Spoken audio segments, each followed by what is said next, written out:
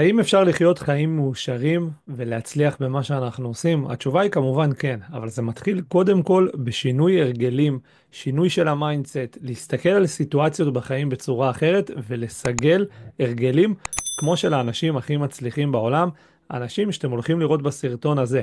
אני שחר אשכנזי, יזם דיגיטלי בתחומים של אי-קומרס, סאס, יש לי גם עם שותף ביחד בית ספר להכשרה לאנשים שרוצים להפוך משכירים ליזמים דיגיטליים ולפרילנסרים, ואני אוהב לעזור לאנשים לצאת מהקופסה שלהם וללכת ולרדוף אחרי הגרסה הכי טובה שלהם, כי זה מה שאני משתדל לעשות ביום יום שלי, לקום בבוקר ולראות איך אני הולך לישון באותו יום עם תחושה שוואלה, יצאתי מאזור הנוחות ועשיתי דברים בצורה שונה כדי להיות טוב יותר מבחינה פיננסית, מבחינת איזה אבא שאני, מבחינת איזה בן זוג שאני, מבחינת כל דבר בחיים. ואתם הולכים ללמוד פה טיפים שאתם יכולים ליישם כבר מהיום.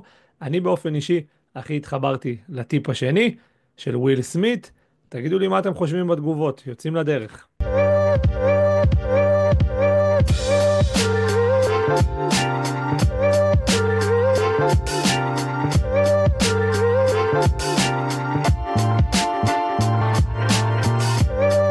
I advise students, as much as possible, look for the job that you would take if you didn't need a job. I mean, don't sleepwalk through life, and don't say it's all going to be great. I'll do this and I'll do that, and I'm just marking time till I get to be older. That, as I've told people, that's like saving up sex for your old age. I mean, it just is not it is not a good idea. Yeah. Oh.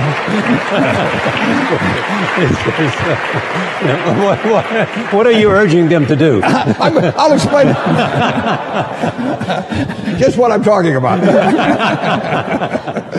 Now,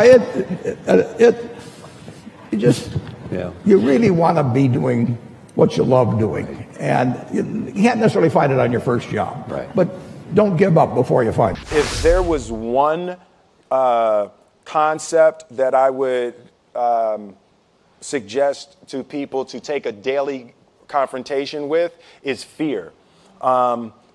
The problem with fear is that it lies, right? So fear tells you, hey, if you say that to that girl, she's going to know she has you, and she'll never really be attracted to you if she knows how much you attracted to her.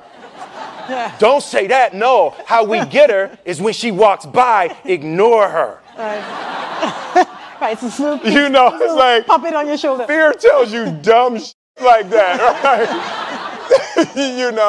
So for me, the daily confrontation with fear has become a real practice for me since about three years ago. I went skydiving in Dubai, right? And skydiving is a really interesting confront with fear, right?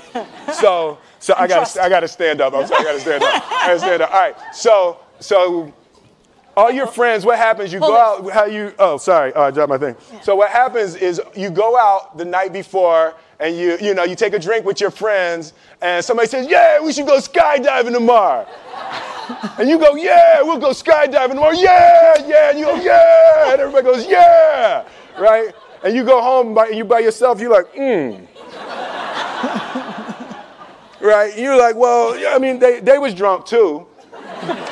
Right, so maybe they not, maybe I mean, we don't have to go, we don't have to do it.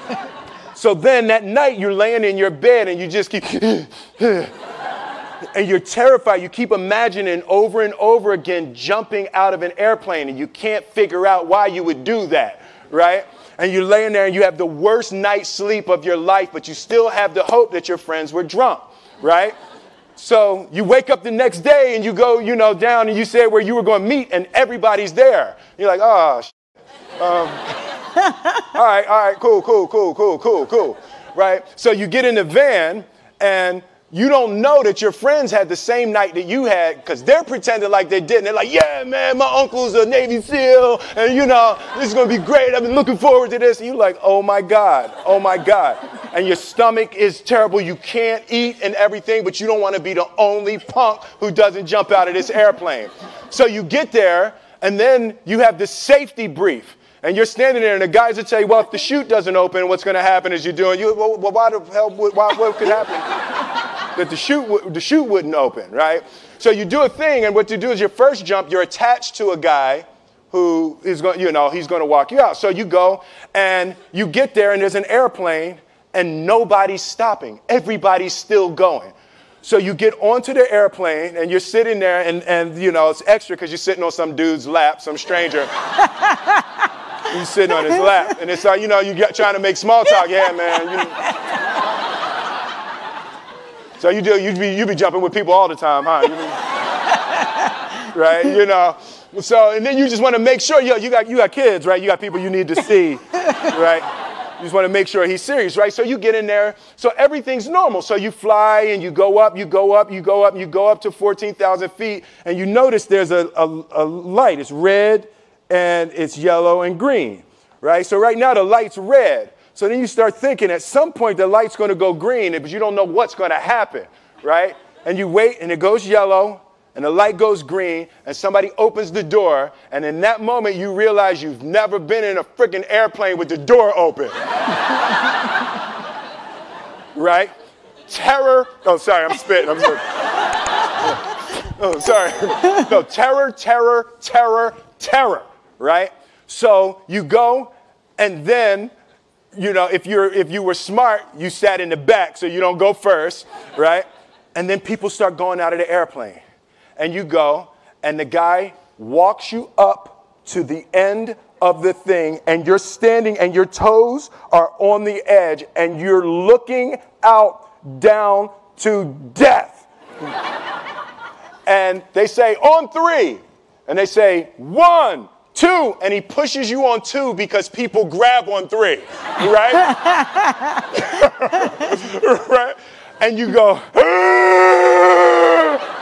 and you fall out of the airplane, and in 1 second, you realize that it's the most blissful experience of your life. You're flying, right? It doesn't feel like falling, right? It's like you actually are kind of held a little bit by the wind, and then you start falling, and there's zero fear. You realize that the point of maximum danger is the point of minimum fear. It's bliss. It's bliss. And you're flying. Right? And you're doing that. And then 20 seconds, 25 seconds, 40 seconds, and you have enough time to just kind of be like, that's that building. I like that one. Oh, you can see the ocean. Right? You start doing all of that. And the lesson for me was, why were you scared in your bed the night before? What do you need that fear for? Just don't go. Why are you scared in your bed 16 hours before you jump? Why are you scared in the car? Why could you not enjoy breakfast?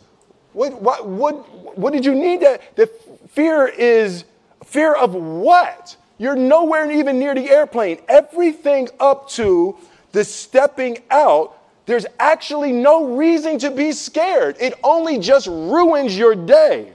You don't have to jump. And then in that moment, all of a sudden, where you should be terrified is the most blissful experience of your life.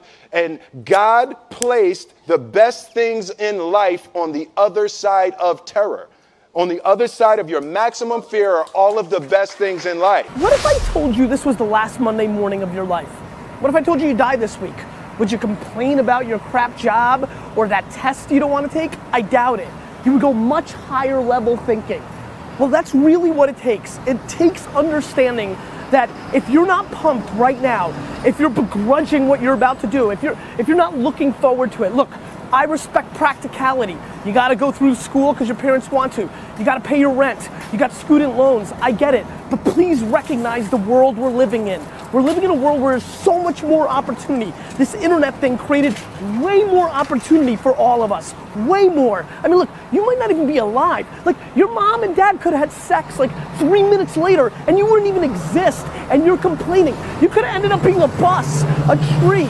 I just don't get the mentality of being head down sad on a Monday morning. I'm gonna make Monday morning my I'm gonna make you Saturday, Monday morning. That's what I want to do every morning, and that's what I want from you. Please take a step back and think about how awesome it actually is. And then recognize that you can attack the world in a totally different way because you were lucky enough to be born during this era. Imagine we're standing in a big empty room, right?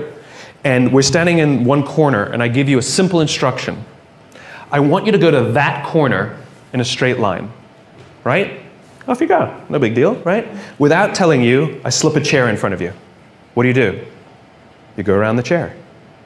Now you just disobeyed what I told you to do. I told you to go to that corner straight line. But this is the amazing things about human beings, which is when we're given a clear destination, we use our own creativity and our own sense of innovation and our own problem-solving abilities to overcome obstacles to get to the destination. In other words, the destination is more important than the route, right? We are flexible about the route. We are obsessed with the destination. Reset. We're standing in the corner together and I give you a simple instruction. Go somewhere in this room in a straight line. And you say to me, well, where do you want me to go? I'm like, I don't know. You're smart. Figure it out. Go in a straight line. And so you pick a point and you start walking. And without telling you, I put a chair in front of you. And what do? You come to a grinding halt. And I say, what did you stop for? You go, well, you put a chair in front of me. Or you'll make a sudden turn and go in another direction, right? And this is the problem. It's the same obstacle.